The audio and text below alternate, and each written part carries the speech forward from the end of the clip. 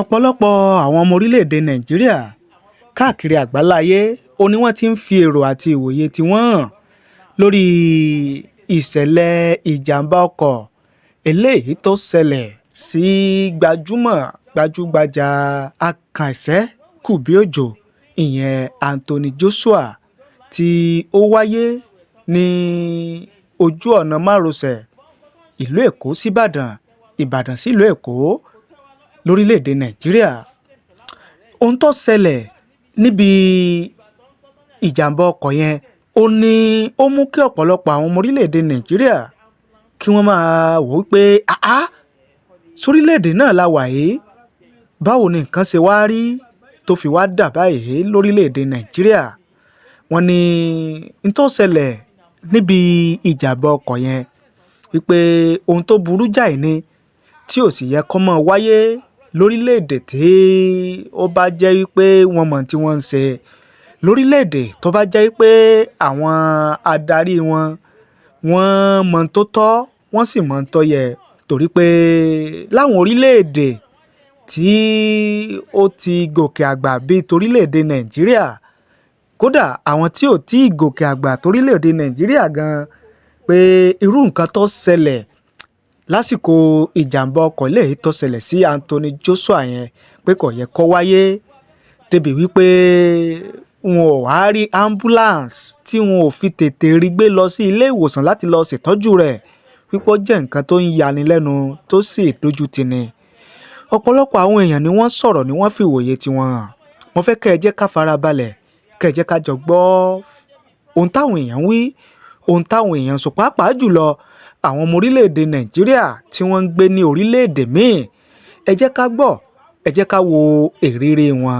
Àkàntì ẹ̀ gbọ́ wípé Anthony Joshua wọ́n ní ó ti kúrò lórílẹ̀-èdè Nàìjíríà, pé ó ti padà sórílẹ̀-èdè United Kingdom láti lọ gbàtọ́jú, láti lọ ṣe ìtọ́jú ara rẹ̀, pé kódà wọ́n ló tún kọ jáde gan wípé òun tóun ọmọ orílẹ̀-èdè Nàìjíríà lóhun, ṣùgbọ́n òun ò tún tẹ orílẹ̀-èdè Nàìjíríà mọ́, pé òun ò tún wá sórílẹ̀-èdè Nàìjíríà mọ́ pẹ̀lú nǹkan tójú òun ti rí yìí. Ẹ wò ó, kọ́rọ̀ mi ọmọ pọ̀, ẹ jẹ́ ká wò, ẹ jẹ́ ká gbọ́ ohun táwọn èèyàn wí, ohun táwọn èèyàn sọ gẹ́gẹ́ bí ìrírí wọn. Ṣẹ́rí, to be realistic, ṣẹ́rí àwọn gọ́ọ̀mẹ̀ntì wa, àwọn gọ́ọ̀mẹ̀ntì tó ń bí in government now, I don't think they know what they're doing. You know? Gbogbo nǹkan tó ń ṣe ń bẹ̀ yẹn is just upside down, and when we're talking they will think, we don't like them, that's why we're talking, we don't want them to get into the post. But nǹkan tó ń ṣe nílùú yẹn kò dáa, kò tẹ́ wa lọ́rùn, kò tẹ́ wa lọ́rùn. Ẹ wo Joshua tó lọ l'accident pẹ̀lú àwọn ọ̀rẹ́ yẹn. In fact, níbi iṣẹ́ mi, ìgbà tó ń sọ tán ní "Are you from Nigeria?" ojú dẹ̀ ń tì mí. That you can't provide ambulance for your for the 3 people that have accidents. Ipe look at them taking picture. Ojú dẹ̀ ń tì mí. In fact, money I'm coming. Ṣé mo rú gbogbo kìíní embarrassment on fún wa is too much. As if àti travel abroad, even àwọn gan tán wà lórí seat of government, wọ́n ti travel out, wọ́n ní bí gbogbo ẹ̀ ṣe kí ló ń ṣe àwọn people ìtọ́kàn disgrace wa. It's too much. Tabadẹ ń sọ̀rọ̀ wọ́n ní wọ́n fẹ́ kí Tinubu débẹ̀ 2027, what a shit. Títí ò dáa, everything kò wà, kò tí I mean, ẹjọ́ mi tí ẹ mọ̀ nǹkan tí n fẹ́ sọ, I'm fed up of these people. Tẹ́ bá lọ sọ́nà Ìjẹ̀bú Abẹ́òkúta yẹn is just deadly. Nígbà tí mo gbọ́ pé wọ́n ní Ṣàgámù kọ̀ọ̀kan Lagos Ibadan express kìíní ni bọ́ọ̀ yẹn ti òun àtàwọn ọ̀rẹ́ náà ti l'accident. Àwọn ọmọ ọlọ́mọ ọmọ UK. Àwọn ọmọ ọlọ́mọ ọmọ yẹn náà ti bá òpó òun ní padà sí Nàìjíríà mọ́. Wọ́n náà ti kọ́. Kí yẹn wá jẹ́ bí pride. Ó ti kọ́ lóhùn dé Nàìjíríà láyé mu. Àtòkú àtàyè. Àti gbogbo àwọn Amẹ́ríkà gbogbo wọn náà ti rí gbogbo kíní yẹn tí wọ́n rí ambulance. I don't know. Common ambulance. Wọn ò lè rí send síbẹ̀ yẹn àbí helicopter. A tún máa wẹ̀ ẹ́ tètè wá gbé wọn. Kó tún lọ win, kó tún lọ mú flag dání, kó tún wé flag jàtìjàtì kan mọ́ra.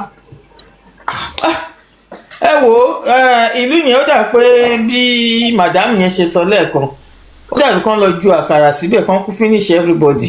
olùkálùkù mọ̀ tó ń wà kán lọ sọ́run straight. helicopter wa ń gbé ajá helicopter wa ń gbé ológbò ládùúgbò mi bí helicopter ò lè lọ gbéyàn nàìjíríà helicopter tó ní ológbò ní ìṣọ́ra. aládùúgbò mi tí mò ń gbé àdúgbò tẹ́mi ń gbé hospital 5 ló yí mi ká bíbà níbi tí mò ń gbé ní west end. mọ́mí UK wá sí tẹ́ bá lọ sí hospital nàìjíríà tó jẹ́ public hospital ẹ̀yin lẹ́ máa lọ wá paracetamol wà fún wa yìí abẹ́rẹ́ tán fẹ́ fún yẹn lẹ́ máa lọ rà wá.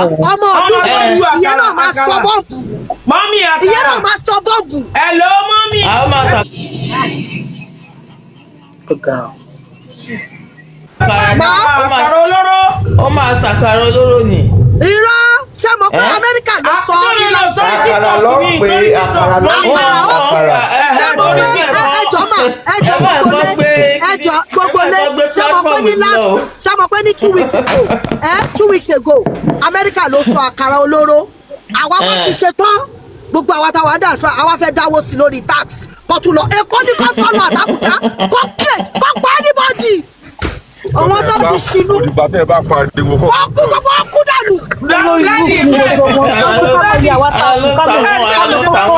wọ́n dábì ẹgbẹ́ mi náà ṣe máa ń ké mo máa ń pẹ́ ọ̀rọ̀ yìí. kí ni wọ́n náà ṣe nǹkan tí lọ síwájú kẹrọtì tó ní Ghana nǹkan tí wọ́n ti ṣe kẹrọtì tó ní Ghana wọ́n rọ ní ọ̀rọ̀ wọn pariwo wọn ní ó gba ìfọ̀tí olóyìn kájí ìzẹ́tì. kẹrọtì tó ní rọ́bìsì àti Ghana. ọ̀rọ̀ wọn gba ìfọ̀tí ìzẹ́tì. bí wọ́n ṣe ń ṣe CPR. exactly Nigeria mo bó ṣe ń ṣe CPR. ẹ máa wọ àwọn tó tẹ́ máa lọ kó àfáàt attack eléyìí ní ẹrù kó àfáàt attack common CPR ló yẹ kó ṣe. ẹni kí inú mi máa dùn pé ibi tó ọmọ Nàìjíríà mi ò sọ́mọ Nàìjíríà ọmọ Kútọ́nù ni mí I'm an American citizen Kútọ́nù mo ti wá. lórí ọmọ ọlọ́mọ ti kọ́ dáná. mo máa ronú pé kí ló dé tọ́lọ́ ṣe ti àbí sí nàìjíríà. fundamentally Wàláì. a lot of things are wrong.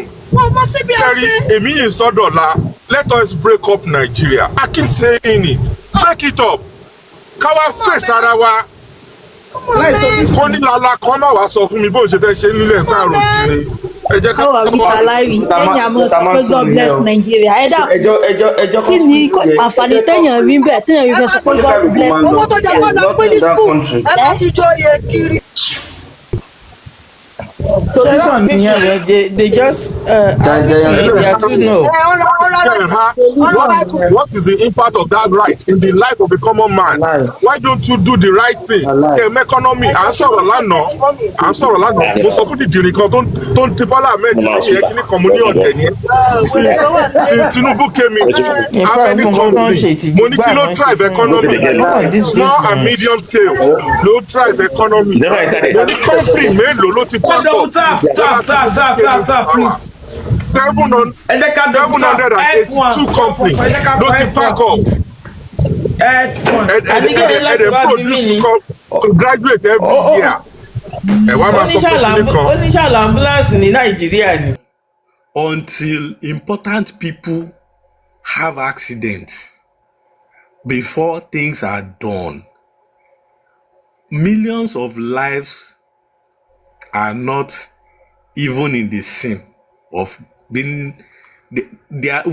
In Nigeria, lives are like commodity. To be sincere with you, one ètí owó ẹ̀ bá ga làwọn politicians yẹn àti ibi president owó ẹ̀ ga nìyẹn. So they act when those kind of people have problem. But all others, you are sanding. You can fling them anyhow. There's no life that is more precious than this. ẹyọ rí pé nísìn lọ́sẹ̀ tó trailer yẹ kúrò. There's no life that is more precious than you. nígbà tó ti tó 4 months Anthony Joshua tó wá pẹ́ kò sí Anthony Joshua ló kó trailer ṣé yẹn. wọ́n ti gbé trailer yẹn lóòótọ́ ni ṣé wọ́n ti gbé lóòótọ́ àbí wọ́n kàn fi ṣeré. wọ́n ti gbé náà. Ẹ̀rí ó yẹ ká ṣe òun. wọ́n ti fi gbé. ẹ̀nà tó bá yẹ pé Anthony Joshua sórí evidence àbí torí kí ni kí ló dé tó fi gbé. ó ti di crime scene now. Ó ti di crime scene. I don't know. torí evidence. but ṣé tí Joshua ò bá kú ọmọ pa àwọn máa gbé. Joshua wo sorry ọlọ́ọ̀ṣà tí Joshua tẹ̀tí ó dà pé Joshua wọ́n ló ti kúrò ní Nàìjíríà. ó ti wà ní UK padà ó ti wà ní UK. ó ti sá ó ti wá. àná yìí náà ló ti gbé wa. private jet ti wá gbé. ó ti pẹ́ náà.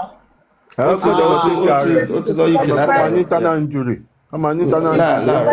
ó máa ní wọ́n tètè wá gbé wá bẹ́ẹ̀ tí wọ́n tọ́jú ẹ̀. wọ́n ti gbé débi látàná. látàrọ̀ tí kò ṣẹlẹ̀ yìí. bọ́tí àwọn ọ̀rẹ́ ìyẹn náà pé wọ́n lè sọ pé àwọn ọ̀rẹ́ sí Nàìjíríà wọ́n máa gbé náà wà ń pa gbogbo wọn wá o. bí àwọn máa gbé wọ́n á ti gbé wọn wá látàná. wọ́n lè ti gbé àwọn náà. wọ́n lè gbé wọn sí private. Royal Adé sọ pé yesterday okay. irú scenario báyìí. wọ́n gbé àwọn òkú yẹn náà sínú private jet ni. no wọ́n ní gbé wọn sí private jet tó máa níbo nìkan máa gbé wọn sí. I don't know bó tó máa ṣiṣẹ́. irú scenario báyìí náà ló ṣẹlẹ̀ sí mọ́ mi. irú scenario báyìí náà. ó ti dé London kíákíá láti wá ṣe gbogbo kíní fún. no first aid. gbogbo kíní pa ṣe screening fún gbogbo àdúgbò àìpàpátá. bẹ́ẹ̀ni náà bẹ́ẹ̀ni. no first aid nothing no first aid. sọ́tìtù ní Nàìjíríà. ẹ tún fẹ́ fi ọ̀kadà gbé àwọn wèrè.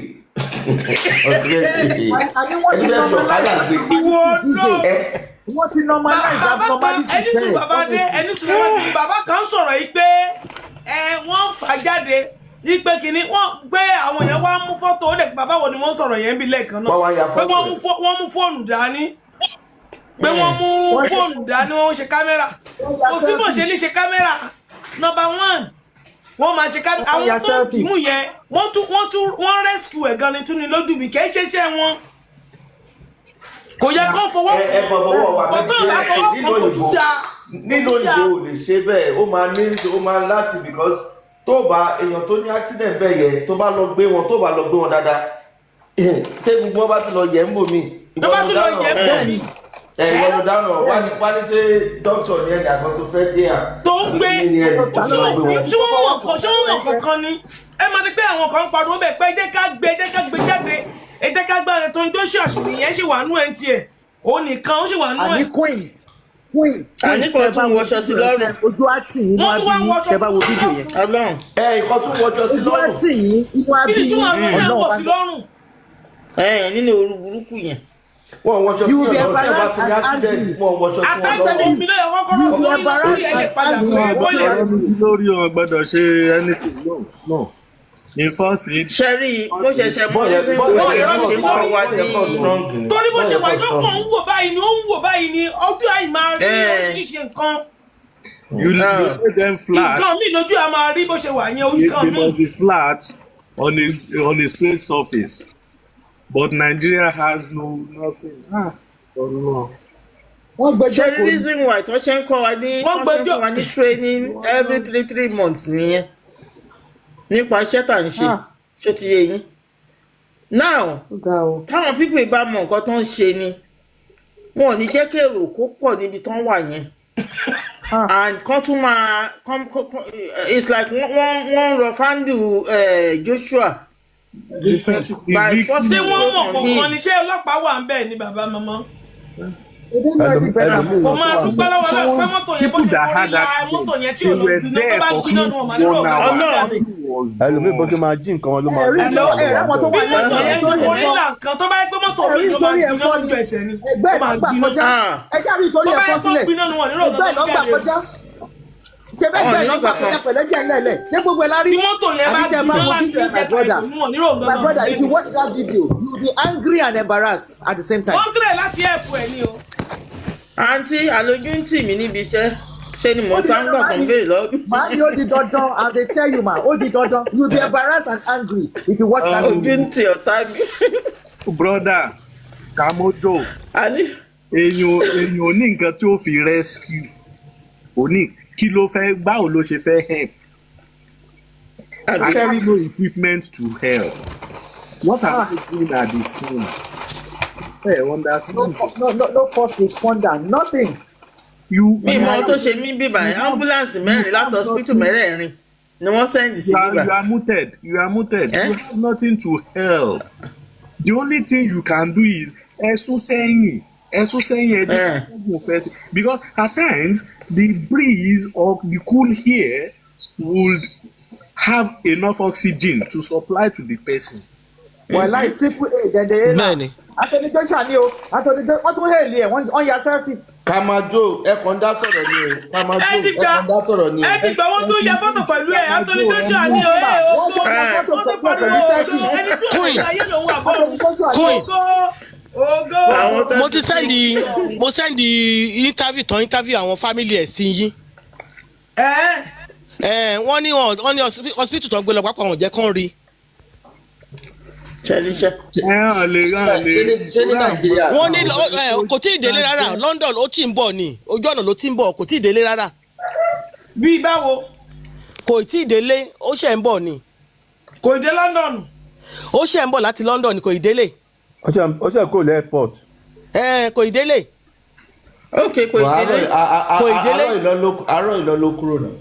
Bẹ́ẹ̀ ni kò ì délé. Wọ́n interview mo ti send ẹ̀ ṣé kí n tún share ẹ̀ sí. Gójú ẹsẹ̀ ní private jet ó yẹ kó ti immediately effect yẹn ló yẹ. Wọ́n ṣe rí sí yẹn tó yẹ kí plane ó yẹ kí jet ti land ní Nàìjíríà lójú ẹsẹ̀. Owó wà náà. Kò ì délé rárá àwọn ẹbí sọ pé wọ́n pe àwọn pàápàá ni. You are muted or mute yourself. Kò sí kan tó yourself. yẹ kí private jet gbéra láti irú bíi kó lọ gbé straight. Ó sad ó lè gbé but private jet náà ló wá gbé. Lọ́dọ̀ ti wà. Owó tó bó ṣe wà yẹn pé tó fi ní private jet I don't know. No private jet náà ló wá gbé mi wá mọ́. Jerry kò sí nǹkan kan tó ṣe Anthony Joshua kò sí nǹkan kan tó ṣe the only problem tó ní ni shock yẹn nǹkan tó ṣẹlẹ̀ because back seat ló wà back seat ló wà. You can't say that, brother.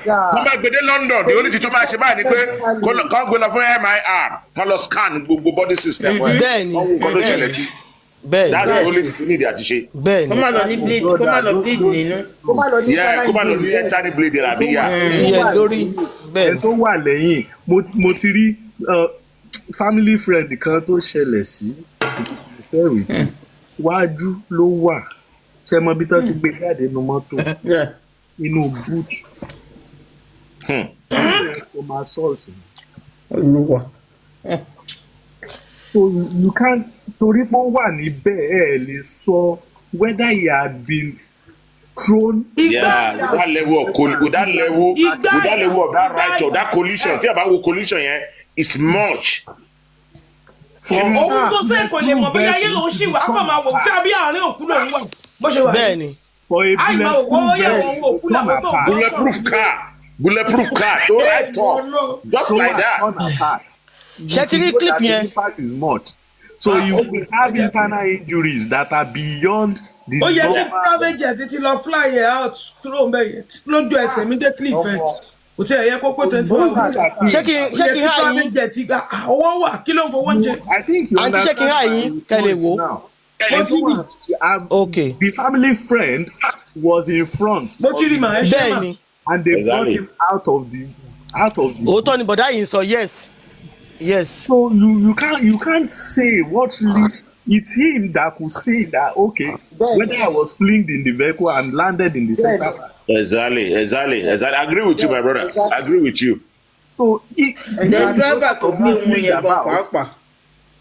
Ó yẹ kó mú driver yẹn gangan irú àwọn mọ́tò ló ń wà yẹn. Ẹ̀mí mi sọ pé mu ọtí tó drive. Ó lè ti mú ṣẹ́pẹ̀. Dẹ́bà tó wà wọ́n náà wà lọ hospital. Dẹ́bà tó wà wọ́n náà wà ọdún yẹn náà wà lọ. I can say some things about the Nigerian driving. Ó lè jẹ́ kó maneuver ó ń lọ báyìí láàrin. Ó ṣe maneuver. Ìtayà wá fọ́. Ó dẹ̀ lọ. And you know. Ẹni mẹ́ta wá sí Nàìjíríà ẹnìkan ló padà. Never wake up from that trauma for life. Yeah. Wọ́n jọ máa ń káàkiri ni àwọn mẹ́tẹ̀ẹ̀ta. Ẹnìkan tó shock me you. When I was coming yesterday, when I was driving from a highway, Kopenhagen to Sweden, Denmark to Sweden yesterday, mo ń bọ̀ rẹ̀ mo ní àwa gan tó jẹ́ pé a jẹ́ fans ẹ̀. Last week tó sì jà tó win net 2 million. Àwa tá a fowó sí gan, tá a fowó sí jà yẹn amọ̀ye tá a jẹ. I was expecting him kó wà ní Qatar àbí kó wà ní Dubai kó máa ṣe fàájì lọ. What are you doing in Nigeria? Ọmọ Ṣàgámù bàbá mi ẹni sùúrù. Ọmọ Ṣàgámù ni bẹ́ẹ̀ ni. Ọmọ Ṣàgámù ni. Ọmọ Ṣàgámù ni màmá ẹ̀. Wọ́n náà fẹ́ lọlé ṣebí kò ṣe lọlé ó yìí wá ní April yìí. ó yìí wá ní April òun àti ọ̀rẹ́ yẹn Ayọ̀délé yẹn wọ́n yìí wá ní April. ìjà tó jà ní last week mo mọ iye tí mo win lórí ẹ̀ pákan fowó sí. kò ní ìṣẹ́ pẹ̀tù owó tó jẹ́ 92 million naira ó sọ tax lórí ẹ̀. kò ní wá mọ́. ó tẹ̀ tí bá òun wà mọ́. ó ṣàtì bóun wà mọ́. kí ló fẹ́ lọ ṣe Nàìjíríà for now go Bahamas go lọ sí Florida kó lọ lọ́kọ̀ àwọn pẹlẹbẹ kó ṣe fàájì ẹ̀. ó lọ ṣe 30 December. ó ti lóun wà mọ́ ó sà gan. no ṣẹ́rí ibi tí mo wà ìlú tí mo wà yìí ọ̀rẹ́ mi tí mo tó wà bíi tí mo wà nílé ọ̀dọ́ ẹ̀. ọkọ màmá ò balẹ̀ rárá wọn ní màmá ẹ̀ ń lọ káàkiri ni. má ṣe o. kẹ́rì ẹ̀ màmá ẹ̀ ń lọ káàkiri. bọ́dà mi tẹ bá ní ajá. ó dẹ̀ máa ń bú ó dẹ̀ lọ́ọ̀bù yẹ gan. helicopter gan. ilé màmá ẹ̀ ló ṣì ń gbé pàápàá. ilé ìyá ìlú ń gbé náà àwọn ìbò ẹ̀ kó kọ́lé ó lóun ò fẹ́ ilé màmá ẹ̀ àwọn yẹn wá ń pè ní àwọn owó burúkú tó máa lọ bọ yẹ kó náwó àpá o kó náwó lápútù wọ́n fi helicopter ambulance helicopter to airlift ordinary a dog here in Sweden talk less of human being. àní ebi tí mo wà wọ́n ní ambulance fàájà ẹ fi Nàìjíríà wọ́n ní ambulance fàájà tó dà tó. ẹ jẹ́ ká jà fún Nàìjíríà yẹn. ṣé ọba Saudi ló ti bá hate ẹ̀ ní London kó máa bọ̀ ní Saudi. ẹ wo orí idiot Yaya Bello tó jẹ́ pé fraud 82 billion wà lọ́wọ́ ẹ̀ náà ó jáde lẹ́ni pé òun fẹ́ lọ fún Senate Kogi Central. kò ní dáa fún un. 82 billion. Yaya Bello sílẹ̀ wọ̀n ni. Yaya Bello sílẹ̀ wọ̀n náà odidi 8 months ló fi sá lọ. $82 billion fraud ló wà lọ́rùn ẹ̀ owó gbogbo Kogi. kó má jẹ́ pé ọ̀nà sìmẹ́ǹtì yẹn náà ń gbà kọjá lọ sọ́nà àwọn tó ti yẹ kán ti ń gbóná bọ̀ ní ìdí kó yọ lọ́fun wọn. because títì bẹ̀yìn ò dára. irú wo nìyẹn Dàpọ̀ Abíọ́dún sẹ́ni ọ̀nà Ògùn state jáde ní gbogbo Nàìjíríà ọ̀nà Ògùn state ló ní the worst road. mo lérò pé ẹ̀yin náà ti gbọ́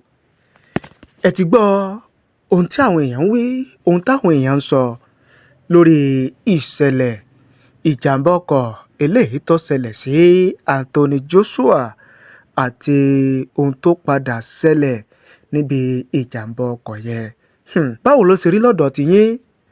kí lèrò tiyín, kí ni ìwòye tiyín, kí lẹ̀yin rí sọ sí ìṣẹ̀lẹ̀ yẹn? ẹ fi ṣọwọ́ sí wa láàyè comment nísàlẹ̀ fídíò yìí.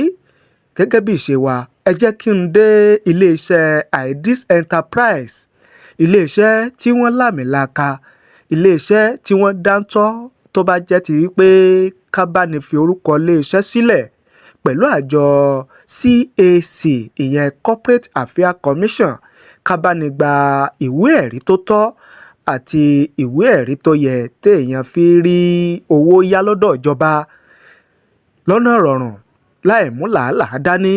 bóyá ẹ̀yin fẹ́ gba CAC certificate, ẹ fẹ́ gba TIN number or certificate, tàbí ẹ̀yin fẹ́ gba international passport ní kíákíá tí ò ní pẹ́ tí ẹ sì ní fàsìkò ṣòfò pẹ̀lú owó tí ò gara. àwọn ẹ̀rí máa jẹ́ mi ìṣòro láti iléeṣẹ́ Idis Enterprise ló jẹ́ kémi ó jáde láti polongo wọn. àwọn tí wọ́n ti ń bá wọn dòwò pọ̀ wọ́n jẹ́ kó yé mi wípé iṣẹ́ wọn fi ní lọ́kàn balẹ̀.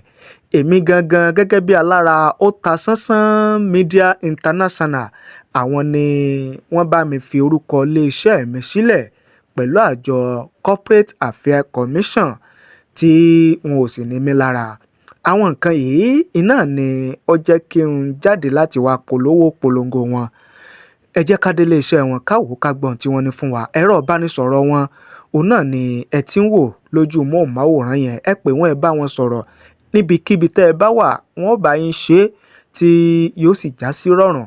ẹ̀yin ẹ fi ìgbẹ́lẹ̀ fún agbépò, ẹ̀yin ẹ kàn ṣe tí wọ́n bá ní ká ẹ ṣe. tẹ́ ẹ bá dẹ̀ ti ṣe, ìrọ̀rùn ni yóò padà já sí. ẹ pè wọ́n kẹ́ ẹ bá wọn dòwò pọ̀.